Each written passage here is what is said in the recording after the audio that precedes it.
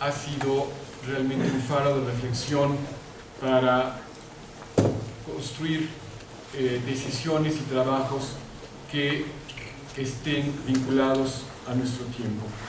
Sin embargo, dentro de lo que es el tema de estudios culturales, parece ser que la estética ha quedado fuera, un poco en el margen de la discusión, dentro de esta herramienta multidisciplinaria donde la antropología, las ciencias sociales, hasta el psicoanálisis, la economía juegan un papel importante. La estética parecía quedar afuera. Cuando hablamos de estética en la vida cotidiana, más bien discutimos si tiene que ser unisex o metrosexual, si la estética requiere del botox o del bisturí, lo cual desde luego es una broma, pero también representa un mercado enorme.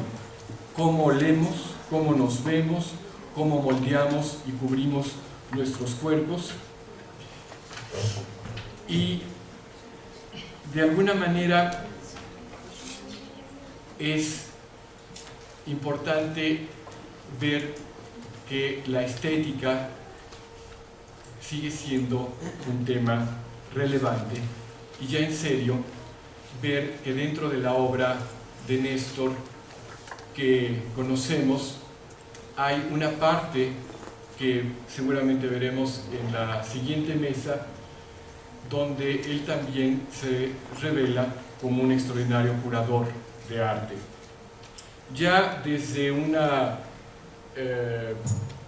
presentación de una ponencia que presentó en Claxo en los años 80 y trabajos anteriores, me refiero a Narciso sin espejos, encontramos muchas de estas preguntas relevantes.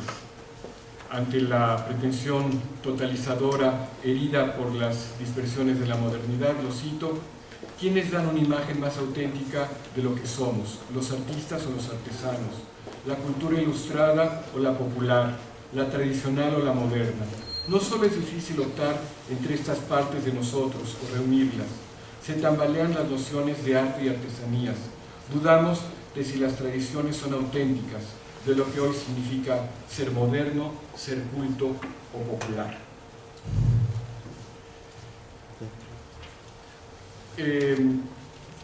No me queda sino hacer una breve presentación de dos de nuestras distinguidísimas panelistas. En breve, ya nos avisó, llegará José Luis, y en primer lugar va a hablar Graciela Smilchuk, quien estudió Historia de las Artes en la Universidad de Buenos Aires, cursó Ciencias de la Información y la Comunicación en la Escuela de Altos Estudios de Ciencias Sociales en París, y colaboró en UNESCO para el programa El Nuevo Orden Mundial de la Información.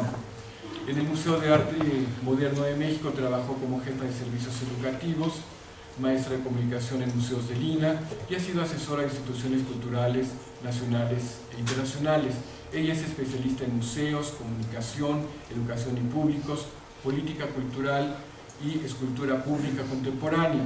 Participa de manera permanente en foros académicos nacionales e internacionales y ha escrito artículos especializados sobre diversos temas, así como textos para catálogos de exposiciones.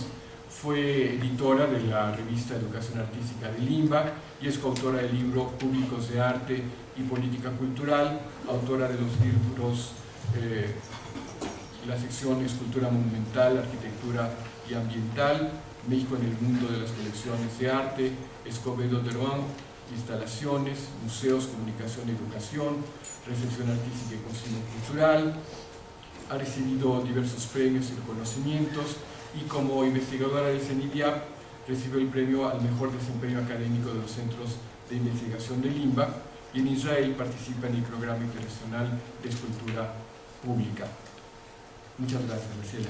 Muchísimas gracias, Benjamín. Yo no entiendo cómo llegó este currículum aquí, porque no es el que envié, y lo lamento.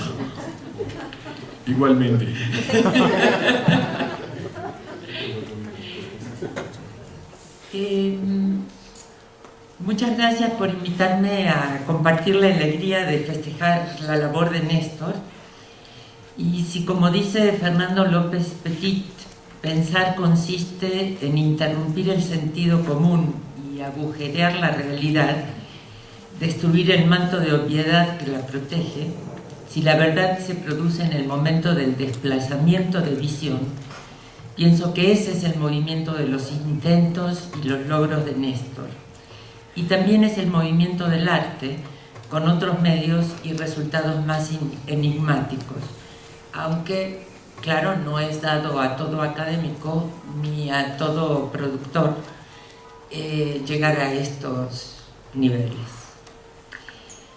He retomado reflexiones muy sugestivas de Néstor, de escritos ya publicados y de otros más recientes que tuvo la amabilidad de facilitarme y a los que se refirió George: La reconstrucción de la teoría del arte y los fracasos de la globalización, 5 dudas sobre la televisión cultural, geopolítica del arte y estéticas interculturales. Pero esto lo hago para, en realidad, compartir con ustedes mis enojos cotidianos por las condiciones que nos tocan vivir.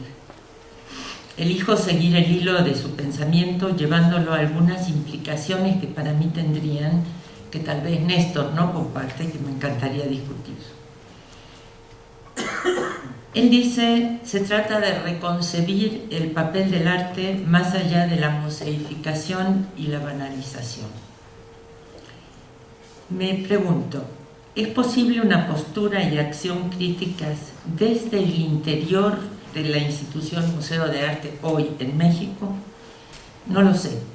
Muchos artistas necesitan desplazar su producción fuera, sea espacios públicos, no convencionales, circuitos aún desdibujados de creación y circulación en relación con el llamado mundo artístico. Nunca se había hablado más de formación de públicos en México.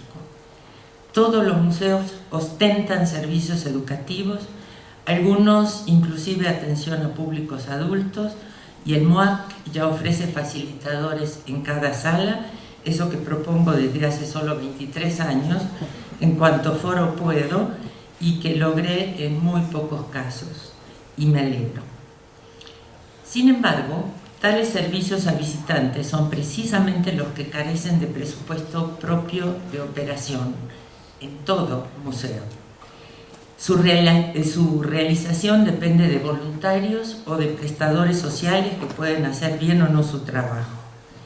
¿Qué lógica organiza las prioridades y jerarquías para la distribución de los dineros? ¿O se trata de simulacros de democratización?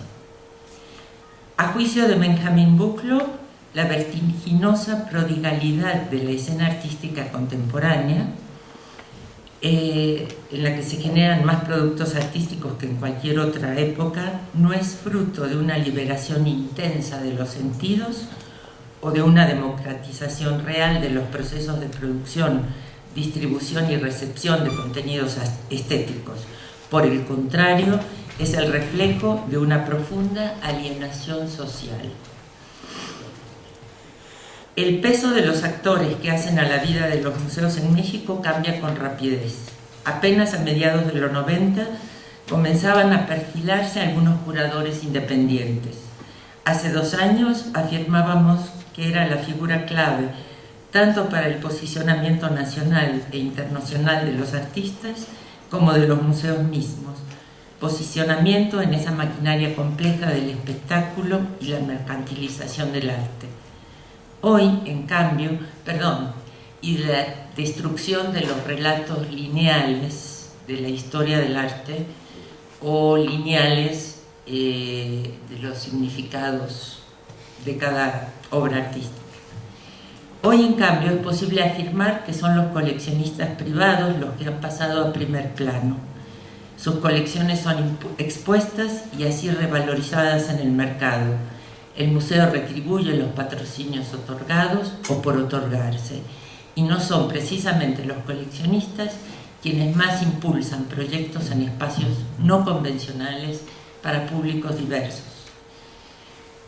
La Ciudad de México tiene más museos de arte moderno y contemporáneo que la mayoría de los países del norte, para públicos asiduos escasísimos y turismo macro, con una prensa diaria que ya no se ocupa de la crítica de arte y con tal vez una sola revista reflexiva impresa, Curare.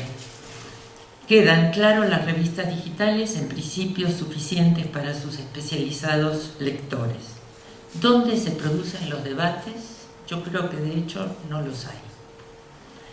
Al mismo tiempo que los museos de arte públicos apenas sobreviven, de todos modos aumentan en cantidad, los privados con Jumex a la cabeza, y gran decepción que todos leímos, la franquicia Guggenheim no se realizará en Guadalajara, las expectativas de turismo cultural se desmoronan.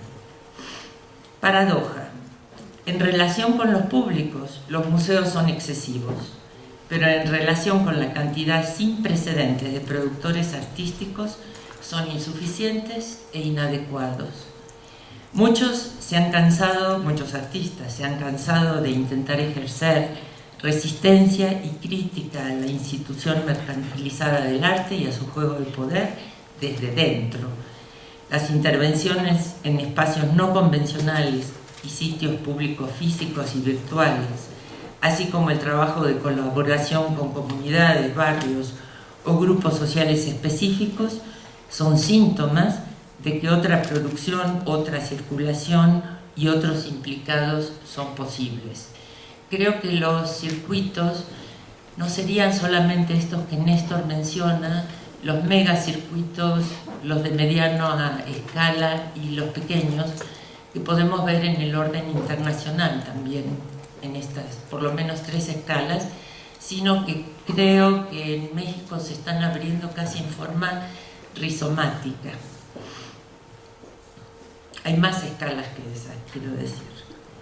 Poco importa si la documentación de las experiencias que se dan en estos espacios pasan por museos y bienales, siempre y cuando no terminen ahí su travesía. El museo ya no puede albergar realmente la diversidad de propuestas artísticas o transdisciplinarias actuales. Y cuando digo diversidad, me refiero casi a la misma diversidad que Néstor estaba pidiendo para la televisión cultural y para la televisión en general. Podemos tener 80 canales a disposición, pero ninguna diversidad en la oferta. Y también podemos tener muchos museos y muchas colecciones y no diversidad en sus contenidos. Si lo que se requiere para mantener en movimiento los aportes sensibles, metafóricos del arte al conocimiento son públicos asiduos, en contacto con la diversidad y capaces de permear sus respectivos entornos con tal conocimiento, más allá del sentido común, significa esto que los programas de educación no formal, cursos, diplomados y talleres en museos, universidades y centros culturales deberían intensificarse hacia esta meta. Ocuparse de públicos ocasionales, como yo lo hice durante años, y lo hago todavía, sería populismo, autojustificación institucional, simulacro.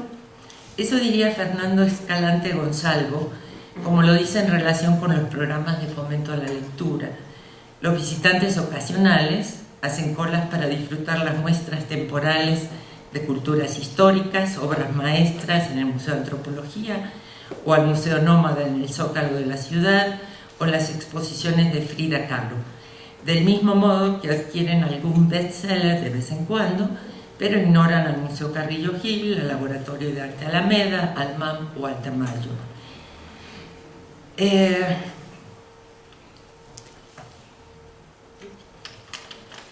Muy brevemente, abrimos hace 5 años un programa de arte contemporáneo en el Museo Nacional de los Ferrocarriles en Puebla, que si no lo conocen se los recomiendo porque, uno se siente un niño entre esas máquinas maravillosas. La idea era de la directora, además, que trabaja con un concepto complejo de cultura, abrir todos los puentes hacia distintas expresiones culturales, no solo la historia ferrocarrilera, la arqueología industrial, la tecnología, sino todas las implicaciones que ha tenido en el cine, en la poesía, en la literatura, el tren, etc. Y entonces hacía exposiciones de arte según su buen entender, hasta que contactó a un artista realmente contemporáneo y cercano a mí, por lo tanto le propusimos que fuera un programa y no exposiciones eventuales. La base de esta propuesta y de este programa, una vez por año en lo posible, 3 meses, de manera regular, era que fuera especificidad en relación con los públicos que todavía tiene ese museo y que lo adoran, familias, especificidad en relación a esos espacios, a la colección y o a la temática de los medios de transporte y las comunicaciones de distintas épocas. Esto significaba entrar en contacto con no públicos absolutos de arte y de arte contemporáneo. Se trataba de no expulsarlos, de no asustar, de no hacer concesiones por otro lado, pero de localizar artistas que les interesara esa propuesta, con la esperanza de, para Puebla, abrir un espacio donde hubiera más variedad de oferta. De arte contemporáneo hay muy poco, y eventualmente en el Museo de Amparo, en el Centro de Convenciones.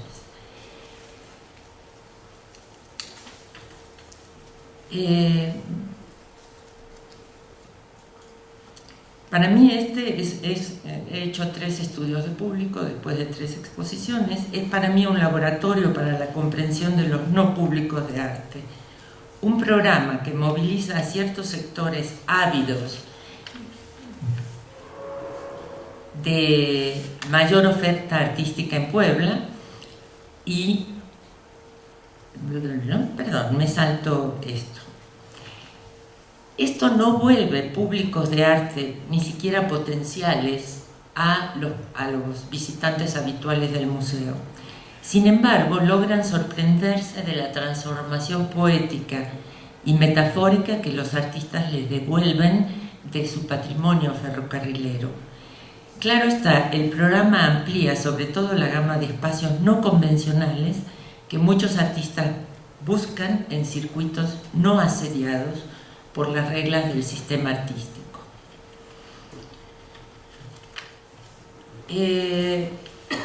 Algunos artistas, para mí no los suficientes, por ejemplo José Miguel González Casanova, realizan proyectos en colaboración con no artistas. La relación con los habitantes se afianza primero mediante talleres de arte y la explicación del proyecto a realizar, que siempre es de mediana o larga duración y de diálogo constante. No sé si lo puedo decir, pero el año próximo estaré en un museo con un tipo de exposición donde intentará dar visibilidad a lo invisible. Cada artista invitado llevará a una pequeña comunidad a colaborar, participantes y públicos a la vez, y el resultado será expuesto. Tal vez esto ponga en evidencia que trabajar con grupos implicados en un proyecto es algo cualitativamente diferente y quizás tan importante como formar públicos de museos. ¿A quién se quiere alimentar más? ¿Al patrimonio artístico institucionalmente consagrado, creando audiencias, o favorecer la multiplicación de esas microexperiencias relacionales o de otro tipo? Ayer se inauguró una instalación e intervención artística en Plaza Juárez y la Alameda, fue Helen Escobedo. Entró a través de un pequeño programa que se llama Peatonal, que abrió hace año y medio en la Secretaría de Cultura.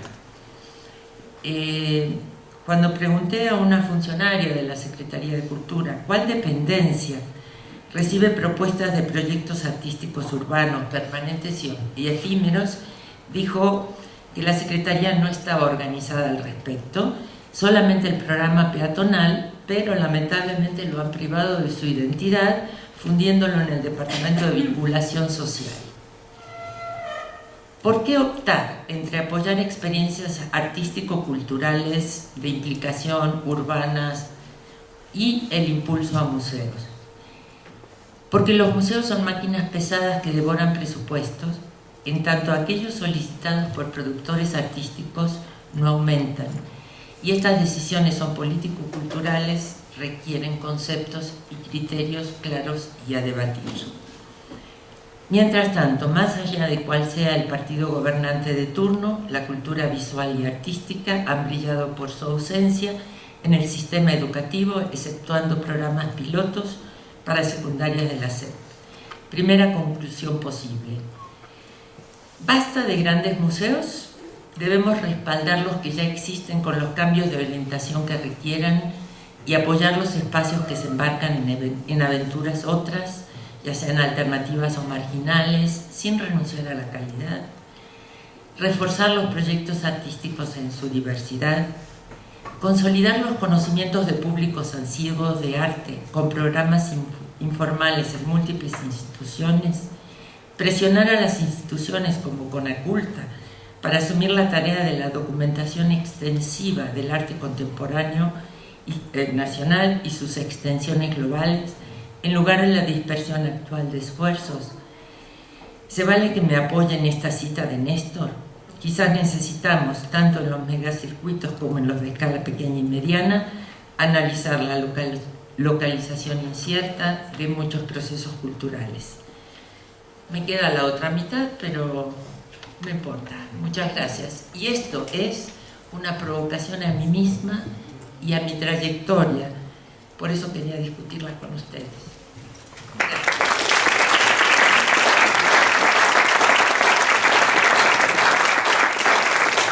Muchísimas gracias. Y ahora podemos tener unos minutos precisamente para comentar todas estas propuestas que nos hace Graciela. Tienen ustedes la palabra.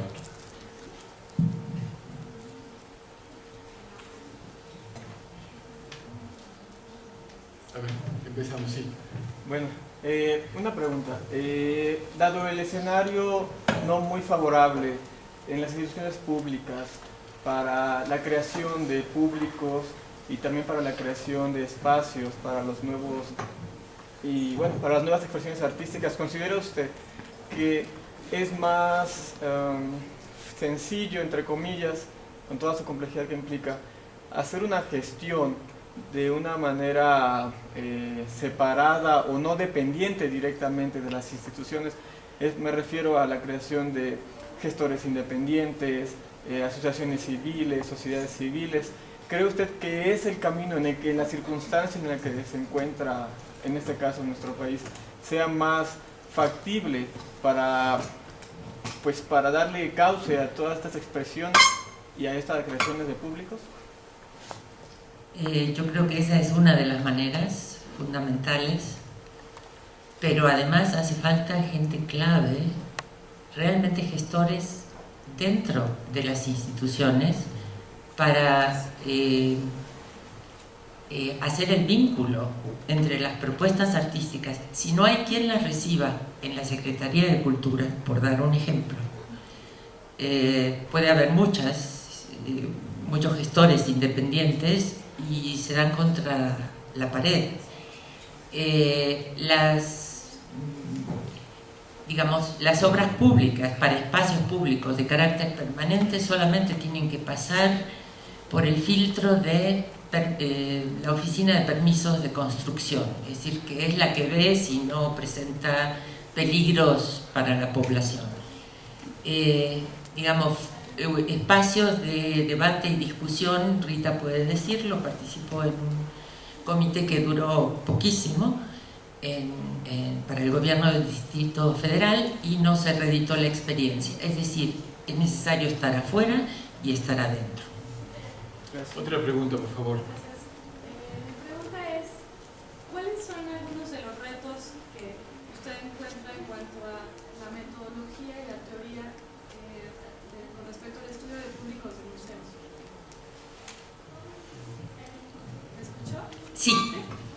yo te escuché. Últimamente, digo, creo que tenemos que hablar en otro espacio. Yo no tengo algo tan condensado como para soltarlo así, pero digamos que creo que antes de realizar un estudio es necesario llegar primero a un diálogo intenso con todo el equipo de un museo, hasta que los investigadores tengan claro qué es lo que se requiere investigar, qué uso eventual se haría de esos resultados, con cuánta fuerza se lucharía por aplicarlos. Eso es lo que nos ha fallado más hasta ahora. Yo tengo una pregunta con respecto a la claridad de los espacios, entre comillas, subalternos, como los museos que exploran los nuevos requerimientos del arte. Y la pregunta va en el sentido de si se vuelven las propuestas artísticas innovadoras, digamos en términos de artistas ya consolidados para hacer uso de esos espacios como alternos, o si se involucra y se contempla a los artistas que apenas exploran, obviamente sí, con criterios de calidad, pero que apenas exploran y si se les permite incorporarlos a esos espacios, o solamente están destinados como a la eternidad de la gente que ya está consolidada, que trabaja en el arte contemporáneo. Yo creo que no te puedo responder realmente. No estoy capacitada para hacerlo en este momento. Pero lo que estoy proponiendo es que pongamos mucha más atención. Críticos, investigadores, artistas y promotores a los posibles espacios que puedan sernos útiles. A mí me impresionó mucho en Berlín ver cómo se iban usando espacios que estaban en transición, digamos, edificios que esperaban restauración y que estaban vacíos y que los artistas iban ocupando para exposiciones muy efímeras tal vez, pero de una manera muy productiva. Y no hacía falta la gran prensa para saberlo, se corría la voz de una manera tan rápida que algo que se organizaba antier, hoy estábamos ahí centenares de personas. En México hay mucho de eso, pero conseguir los permisos y atravesar, hace falta ahí una gestoría muy particular y con la colaboración de artistas, que son los que saben qué espacios quieren ocupar y cómo. Y digo, no para hacer lo mismo que harían en un museo, pero pobre, no nos dejan entrar al museo, entonces lo hacemos aquí. Es abrir otros espacios para otros tipos de producciones. Bien, Creo que podemos tomemos seguir. una última pregunta. Habrá un espacio después de las tres ponencias para continuar con las preguntas, por favor. Bueno, yo sí tengo una preocupación al respecto del planteamiento de la gestión cultural. O sea, ¿qué entenderíamos por ese gestor? Y lo planteo de esta manera porque dentro de las instituciones culturales mexicanas, o al menos concretamente dentro del INA, hay todo un programa de gestión cultural para formar a las personas que trabajan en los museos. Sin embargo, estas personas no están siendo escuchadas. Es decir, hay una serie de planteamientos, proyectos museográficos, museísticos en general, que no se les toma en cuenta porque le cuestan a la institución. Entonces, ¿cuál sería la salida para todas estas personas que se están formando dentro de este programa de gestión cultural? Si has leído los periódicos, Sí. todos vemos la indignación que causó que quienes rescataron a los bancos en Estados Unidos recibieran muchos miles de dólares y no a los usuarios y clientes perdedores. Quiero decir que lo que planteé al principio, las jerarquías con las cuales se distribuyen los presupuestos en relación con las funciones muestran cómo están las cosas, absolutamente esquizofrénicas, pero en realidad claras. Quien supone, como yo supuse mucho tiempo ingenuamente, que el destinatario de la labor de los museos eran los públicos, efectivos y potenciales, nos olvidábamos de todos los otros interlocutores y destinatarios que cada vez ocupan más el primer lugar. Por un lado, no visitantes usuarios para los que queremos calidad de servicio y relación, digamos, profunda con los contenidos, sino audiencias, por una parte. Y por la otra, por supuesto, están los coleccionistas, patrocinadores, museos del extranjero con expectativas sobre los resultados de lo que envíen aquí, etcétera, etcétera. Creo que el asunto es ver ahora con mucha más claridad en la formación de gestores cuáles son los reales interlocutores de los museos y de las instituciones culturales. Graciela, muchísimas gracias. Ciudad de Buenos Aires, cursó Ciencias de la Información y la Comunicación en la Escuela de Altos Estudios de Ciencias Sociales en París y colaboró en UNESCO para el programa El Nuevo Orden Mundial de la Información. En el Museo de Arte Moderno de México trabajó como jefa de servicios educativos, maestra de comunicación en museos de Lina y ha sido asesora de instituciones culturales nacionales e internacionales.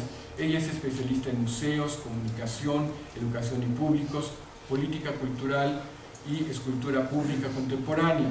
Participa de manera permanente en foros académicos nacionales e internacionales y ha escrito artículos especializados sobre diversos temas, así como textos para catálogos de exposiciones. Fue editora de la revista Educación Artística de Limba y es coautora del libro Públicos de Arte y Política Cultural, autora de los libros las secciones Cultura Monumental, Arquitectura y Ambiental, México en el Mundo de las Colecciones de Arte, Escobedo de Rouen. Encontramos muchas de estas preguntas relevantes ante la pretensión totalizadora herida por las dispersiones de la modernidad. Lo cito: ¿quiénes dan una imagen más auténtica de lo que somos? ¿Los artistas o los artesanos? ¿La cultura ilustrada o la popular? ¿La tradicional o la moderna? No solo es difícil optar entre estas partes de nosotros o reunirlas, se tambalean las nociones de arte y artesanías. Dudamos de si las tradiciones son auténticas, de lo que hoy significa ser moderno, ser culto o popular.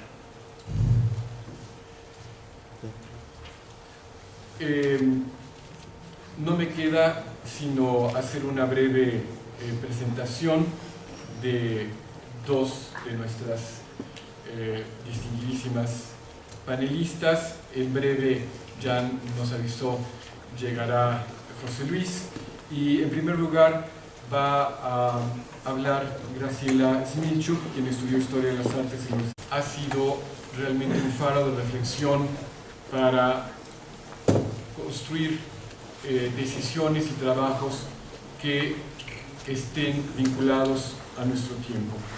Sin embargo, dentro de lo que es el tema de estudios culturales, parece ser que la estética ha quedado fuera, un poco en el margen de la discusión, dentro de esta herramienta multidisciplinaria donde la antropología, las ciencias sociales, hasta el psicoanálisis, la economía juegan un papel importante. La estética parecía quedar afuera.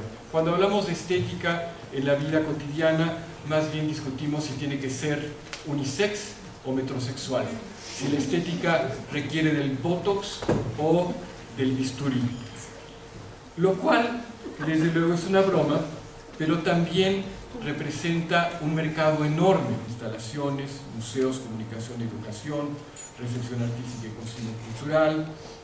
Ha recibido diversos premios y reconocimientos, y como investigadora del CENIDIAP recibió el premio al mejor desempeño académico de los centros de investigación de Limba, y en Israel participa en el programa internacional de escultura pública.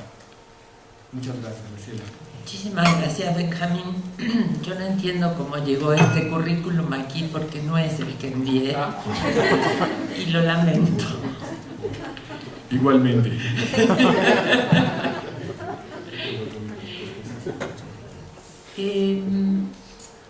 Muchas gracias por invitarme a compartir la alegría de festejar la labor de Néstor. Y si, como dice Fernando López Petit, pensar consiste en interrumpir el sentido común y agujerear la realidad, destruir el manto de obviedad que la protege, si la verdad se produce. Cómo olemos, cómo nos vemos, cómo moldeamos y cubrimos nuestros cuerpos. Y de alguna manera es importante ver que la estética sigue siendo un tema relevante, y ya en serio ver que dentro de la obra de Néstor que conocemos hay una parte que seguramente veremos en la siguiente mesa, donde él también se revela como un extraordinario curador de arte. Ya desde una presentación de una ponencia que presentó en Claxo en los años 80 y trabajos anteriores, me refiero a Narciso sin espejos,